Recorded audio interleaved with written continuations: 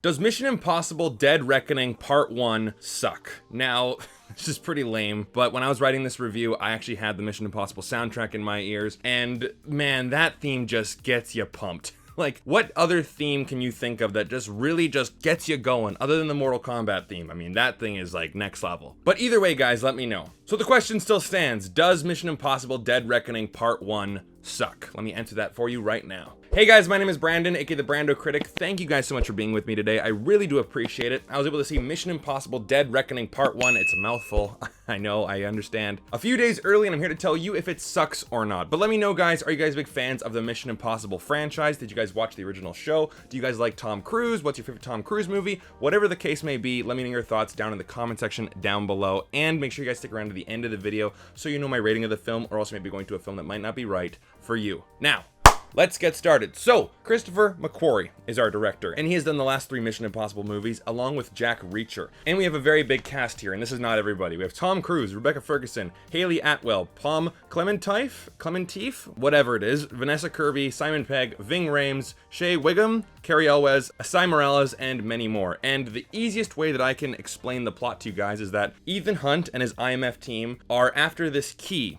that unlocks this AI weapon. However, there are many other parties involved also going after this key. And this key goes from team to team to team to team to team. A lot of pickpocketing, a lot of heists involved. That's the general gist of the story. What did I think of this movie? Well, I mean, it's fantastic. Like, of course it's fantastic. And it's so fantastic that it's annoying. Because when I want to review a movie, you know, you need some things to kind of pick it apart and to talk about, and that's the thing. These Mission Impossible movies are so good that it's like, well, what do you say? Of course they're good. They're Mission Impossible. Like, that's it. If someone asks me, should I see the new Mission Impossible movie? Well, it's Mission Impossible. The answer is yes, because these movies are just amazing. But I'm gonna shoot straight with you guys here. So whenever I do these movie reviews, there's always those certain human experiences that happen when I watch a movie that tell me if the movie is really great or not. And when you're in a movie theater, or when you're watching a movie at home, and you guys who ever have Letterboxd accounts, you guys know what I'm talking about. There is the film reviewer side of your brain, and then the film watcher side of your brain. And sometimes people can't distinguish the two. When you're watching a movie and you're in film review mode, you're constantly picking apart the character's motivations, the cinematography, or whatever the case may be. And the film watcher side, you're just completely immersed in the story and you're just wanting to be entertained. So obviously I'm going in there to see the movie and then give you guys my thoughts. But for a big chunk of the movie, I forgot that I was actually in a movie theater, and I forgot that I actually had to review the movie afterwards. I'm going, oh my god, right. I'm sitting in the theater, and I'm actually at a press screening, and I have to review this movie afterwards. Okay, got it. But I was so invested in the story. And that to me tells me that this movie does something right. Because movies are supposed to be an out-of-body experience. You're not supposed to be aware that you're sitting in a theater full of hundreds of people. You're supposed to be in the movie world. You're supposed to be along for the ride with these characters, whatever the adventure may be. And Mission Impossible Dead Reckoning did that perfectly. It was only when a debriefing scene was happening and the camera started to go a bit crazy to show the motivations of the character might not be the most trustworthy, because they're breaking the eye line. If you guys have been to film school before, you know that invisible eye line where you keep the camera on one side of the eye line so you understand where the characters are situated in the scene. If you just keep on changing it, it just gets disorienting. And in this scene it was disorienting, but it was intentional. It's to show that, you know what, this character, he's no good. But it was so jarring that I'm like, oh my god, right, I'm watching a movie. That's the thing. If you're immersed into the movie so much that you forget where you are, that's what movies are supposed to do. And if it gets film critics out of their brain, then it's really doing a good job. So I took my dad to this movie and he loved it, like an easy 5 out of 5 for him. And I asked him, what did he like about it? And I think this is the main reason why these movies work so well and why people want to see them. They are just so intense. This movie is 2 hours and 43 minutes of constant adrenaline. Even the slow moments felt fast-paced. Even the slow moments felt intense, felt like you had to grip the sides of your chair and you're at the edge of your seat. This movie is just constantly going, and I wanted more. Seriously. You have the gunfight in the desert. You have the heist in the airport. You have the car chase in Rome. You have the fight in Vienna, and then you have the fight, chase, and heist on the Orient Express. But it's just constant, and it's so well executed. I mean, that's the thing, right? Tom Cruise always does his own stunts. I mean, what else can you say? His stunts are amazing. Now, the big stunt in this movie is when he drives the bike off of the cliff and he goes into a free fall and then he pulls out his parachute. And there is so much marketing around that stunt. That's the poster, right? However, I will admit though that it didn't wow me as much as the helicopter scene in Fallout. And I think it's simply because we've seen so much of it in the marketing that you know it's coming. I mean, it's still like amazing. And then the whole theater was like, wow. And I will admit, like, I'm not trying to say it's bad or anything, but that wow factor was not as high as the last movie because we've seen it so much in the marketing and we've seen it on the poster and everything. So that's the thing, right? This movie is just constant action, constant adrenaline all the time, but you do have a perfect blend of humor in there. And that's the thing with Mission Impossible. It rides that line perfectly between serious and lightheartedness. Of course, you have Simon Pegg and Ving Rhames as the team, as the comic relief. Of course, they're good at their jobs, but they do bring a lot of humor to the movie. But there's a lot of switcheroos in the movie. There's a lot of pickpocketing. The key goes from this person to this person, and oh, that person put it in that person's pocket, but then that person walked over there, and you know, there's a lot of wacky hijinks in the movie, and it's very upbeat and very intense, but they have some fun with it. And of course, in those action sequences, they have perfectly placed moments of humor. And the whole theater was laughing. None of the jokes felt cringeworthy. None of the jokes felt forced. It felt very natural. It didn't feel like we were just putting in gags just for the sake of gags. So it was a perfect balance. Now, I wanted to talk about the two main additions to this movie. There are more actors that were not in the previous movies, but Hayley Atwell and Esai Morales are the two main additions to this movie, and they are both fantastic. I want to talk about Hayley Atwell first. She is smart. She is witty. She's cunning, she's capable, she's badass, she is awesome in this movie. She has such a screen presence, and she gives me that Jack Sparrow type of vibe.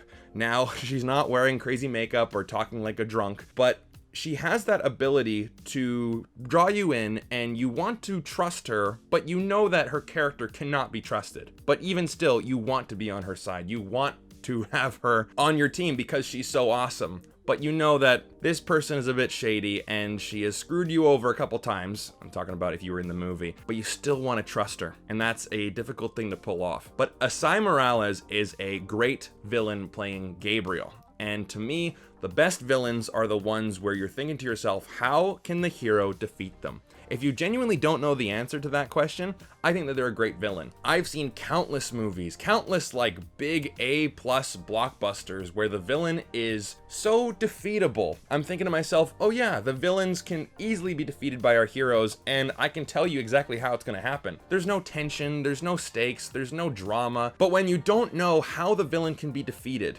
when you are genuinely terrified of them and they're always one step ahead of our hero, they're more powerful than our hero, that to me makes a really good villain. Some other attributes that make a good villain is if they genuinely think that they are the good guy, and if they have some sort of emotional or personal connection to our hero. Of course, Darth Vader, Luke Skywalker, the prime example. And there is a connection between Gabriel and Ethan Hunt. Although it's not really explored in this movie, it's just explored through a couple of little flashbacks, and I still don't quite understand it. And this is where it gets into the frustrating part of the movie. And this movie is fantastic, but it frustrated the hell out of me because, to me anyway, it felt like at one point in the movie, the plot and the story got so heavy that it started to crumble. And I'm going, I cannot keep track of what's going on. It bit off more than it could chew. Now, I asked my father after the movie, and I'm like, were you confused at all? He's like, nope.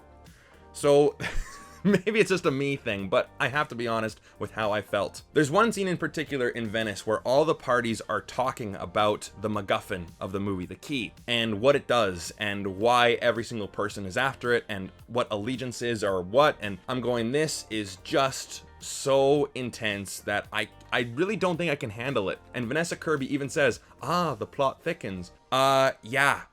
Right, it thickens. And I'm thinking, oh god, okay, this is too much. But I'm giving the movie the benefit of the doubt because the Mission Impossible movies for a long time have had an amazing track record of creating just solid, amazing, excellent motion pictures. Okay, I'm gonna stick with it. And trust me guys, it's worth it because it really does pay off in the end, and it starts to make a lot more sense, and it's a lot more simple at the end. And it's almost like your hard work of sticking with the movie paid off. You were rewarded for being along this journey, being a part of this team, mission accomplished. And that is a big theme of the movie, is being part of the IMF team. When it starts, of course, when Tom Cruise, Ethan Hunt's character, gets that "your mission, should you choose to accept it," that debriefing, there's always some guy who gives it to him and there's like a password, and the guy who gives it to him is like brand new to the job, and he kind of screws it up, right? Ethan Hunt goes, "Well, aren't you going to ask me this?"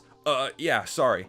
But he's forgiving about it, and he goes, "Welcome to the IMF." He's very welcoming about it, and that's the thing that I always loved about these movies, and in this movie in particular, it tells us and it shows us that it's the team that makes everything work, not just Ethan Hunt. Ethan Hunt is the most capable and he is the hero of this movie, but he is nothing without his team, and he will always put the lives of his team above his own. They do touch about how he was recruited into the IMF and how he had a pretty bad past, but he joined a team for the greater good. And of course, this weapon can rewrite the greater good, and that is something else that I will not spoil. But it always comes up throughout the movie. Like, Luther and Benji are on the mission along with Ethan trying to find Hayley Atwell's character, but there's also something else going on that they do not tell Ethan about because they don't want to bother him. He's busy with something else. Let's just try to figure this out ourselves. But then of course when Ethan finds out, he's like, "Well, why didn't you tell me this? This is something that you have to tell me, and of course I'm going to help you.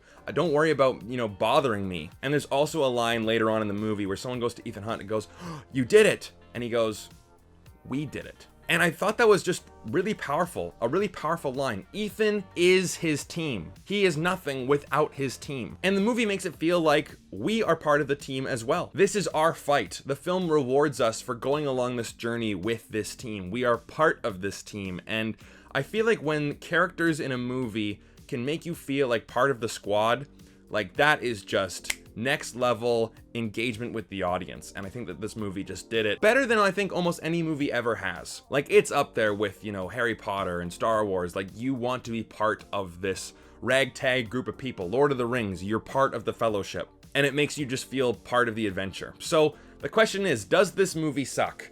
I will admit though that I saw one person after the screening and he goes, "This movie was terrible," and I'm going, you have to be joking. And that's the thing. You can have any opinion you want, but genuinely, I'm thinking, how can somebody not like this movie? Again, if you don't like the movie, then that's totally fine. I don't know what to tell you, but for me, it's just another amazing movie. I'm giving this movie a 5 out of 5. That's the thing. It's so fantastic that it's like annoying. It's like, I don't want a bad movie in the series, but that's the thing. The next Mission Impossible, I could probably just write my review before I see the movie. It was amazing. Done. But of course, each movie is a bit different. They all feel unique, and this movie does feel like, yes, you watching are part of our team. Let's go on this grand adventure, and I cannot wait for part 2. So there you have it, guys. Those are my thoughts on Mission Impossible Dead Reckoning Part 1. Let me know what you thought of the movie down in the comment section down below. I read every single comment. Let's get a discussion going. So if you want to support this channel, then hit like and subscribe. I would really appreciate all the support. But if you want to support the channel on a deeper level, then Patreon is down below in the link in the description. We have monthly watch-alongs. I give you guys movies every single month, and you guys get to see content early. So if that interests you, then the link is down below. Thank you guys so much for watching. I'll see you guys next time. This message will self-destruct in 10 seconds.